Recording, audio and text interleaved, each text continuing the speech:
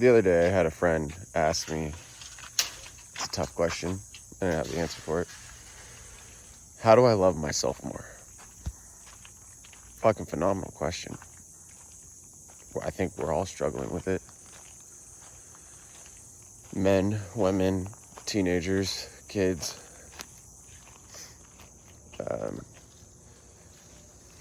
If we loved ourselves more, I feel like we would have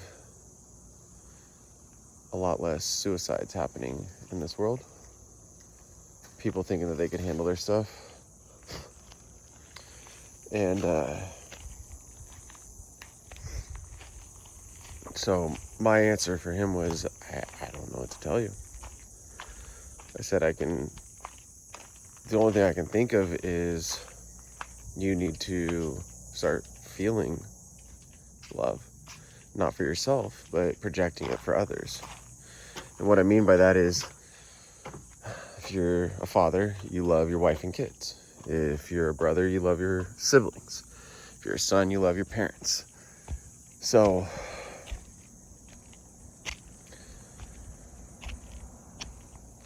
sit, meditate, and picture yourself breathing in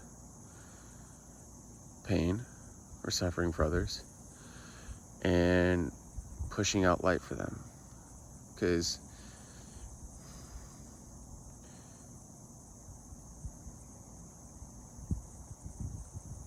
if you don't feel like you can love yourself, you can't practice loving yourself, but you can practice loving others.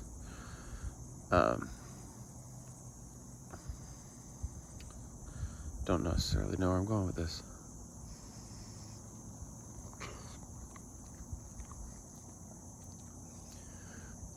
I should have asked my friend, why don't you love yourself? But I feel like it's kind of irrelevant. Because you can't negatively create a positive situation, so you can't like beat yourself up to like get better. But you can practice holding space for people that you love. So even if you don't have family or people that you love, if you've got an animal that you love, sit there and just practice feeling the love that you have for them. So you've got a dog, cat, picture them sitting next to you and you're just petting them, how much you love them. You want them to feel safe and secure. Like, feel that with your body. Like, you don't want your dog scared. You don't want your animals fearful, like on 4th of July when there's fireworks. So if you can picture yourself loving your animal, subconsciously your body's gonna feel love. Your body doesn't know that it's not for itself. It just is like, oh, we're loving right now. This is what we're vibrating at.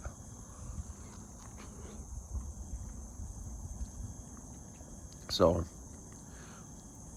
I told my buddy, I was like, pick something that you can love.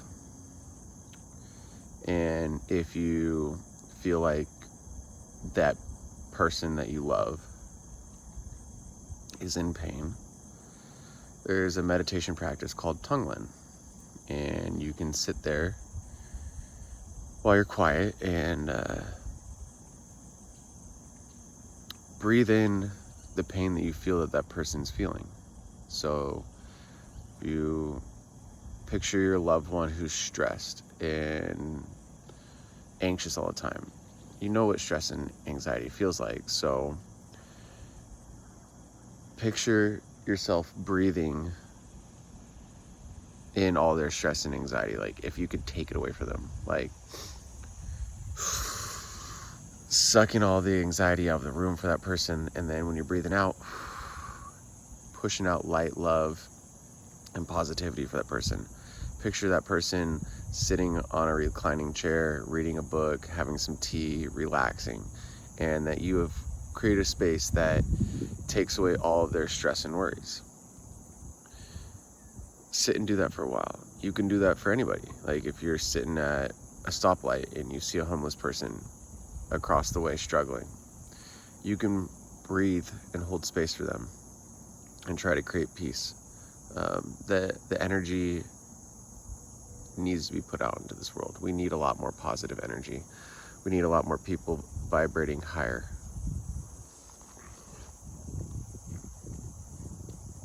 So I told my buddy, I was like, if you don't love yourself right now, I can't tell you to sit and meditate and practice loving yourself. Like, pretend that you're this huge ball of joy and that you love every aspect of you, because you're going to find out reasons why you don't love yourself. But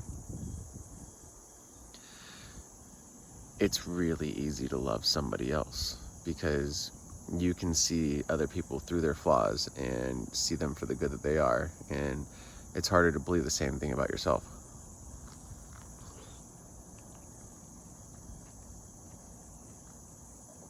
So I apologize, my friend, because I couldn't tell him how to love himself more. But I did tell him, I was like, you can feel love, not for you, but you can feel love for the people that you do love, and holding that space for the people that you love can create subconsciously that vibration of love, and you picking up that energy, your body's going to start loving yourself more. It just will, because it can't tell if the love is for you or for somebody else. It's just feeling love. Same thing with hate. Like, you could hate somebody else, but your body's going to subconsciously think that you hate you too, because you're vibrating at that level. And there's a physics thing out there that talks about energy that's held at a certain frequency for 17 seconds. Other energy is attracted to it. So if you are vibrating positively, love, happiness, those are going to start coming your way. If you vibrate in fear, anxiety, stress, those situations are going to come your way. You could be having a series of bad events and only seeing negative things happening. You could go to a grocery store after having a bad day at work and being negative, and then you get in line, you only have 2 items, but someone in front of you has 34 items, and the person at the register is new, so they're taking even long. So this is an opportunity for you to get even more mad, because you're vibrating at that negative energy.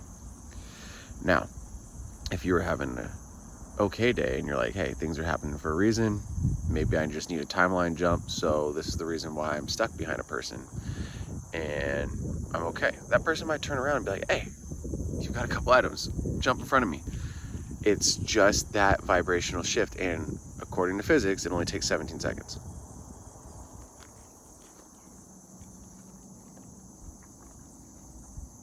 So meditate for 17 seconds, hold some space,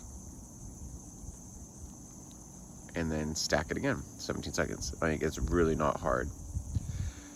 Like, we're not asking for 20 minutes, I'm not asking for 30 minutes, I'm not asking for an hour. Like, 17 seconds should be super easy to sit and meditate and just stack it. All right, I'm gonna wait 17 more seconds. I'm gonna wait 17 more seconds. So, unfortunately, I wish I could give someone the answer on how to love themselves, but like, I can't even begin to think about how to do that, because I don't love myself at times, because we get so into our head, like I do. Like, I've got all this stuff to do. I've got front yard I'm working on, I've got a basement I'm working on, I've got another bathroom I gotta do, I've got all these trees, I've got yard work, 2 vehicles that have problems. Like, I could find things to be negative about and tell myself, oh yeah, like, I'm supposed to be done with that already. I was supposed to be done with this by April. I was supposed to be done with that by June. And I'm a lazy piece of shit and I'm not getting anywhere or whatever.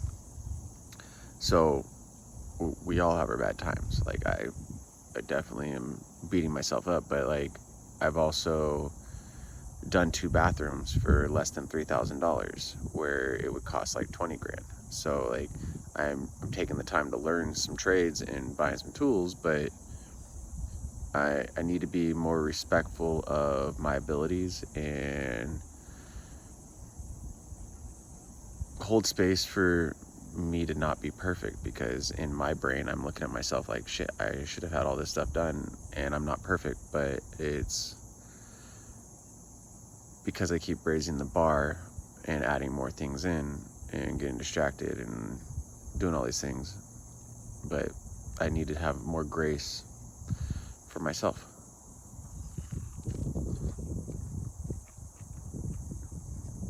That's been really tough. Because, like, I've got a friend right now who would wish to be in my situation, and I'm looking at myself like I wish I was in somebody else's situation, but we don't really know the details of those people's lives and really what it entails to be there. But on the other side, I'm extremely blessed. I know it. People that I love are healthy. I've got free time that I'm wasting, and that's a blessing and a curse. But see, I'm beating myself up again. So back to the topic. How do you love yourself more? I think it just starts with putting love out there, and the universe brings the energy back to you. I don't know what else to think.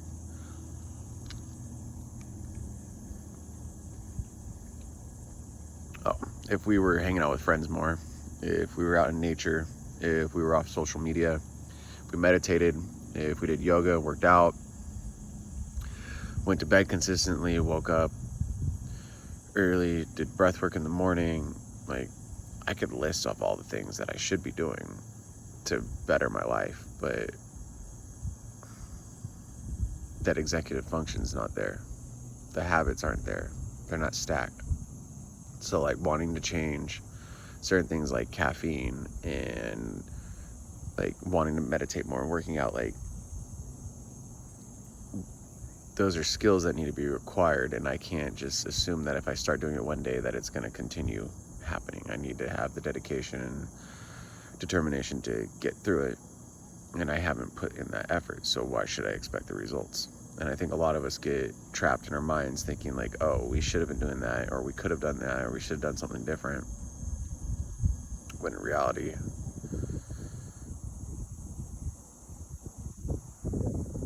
none of us are perfect. So, like, we're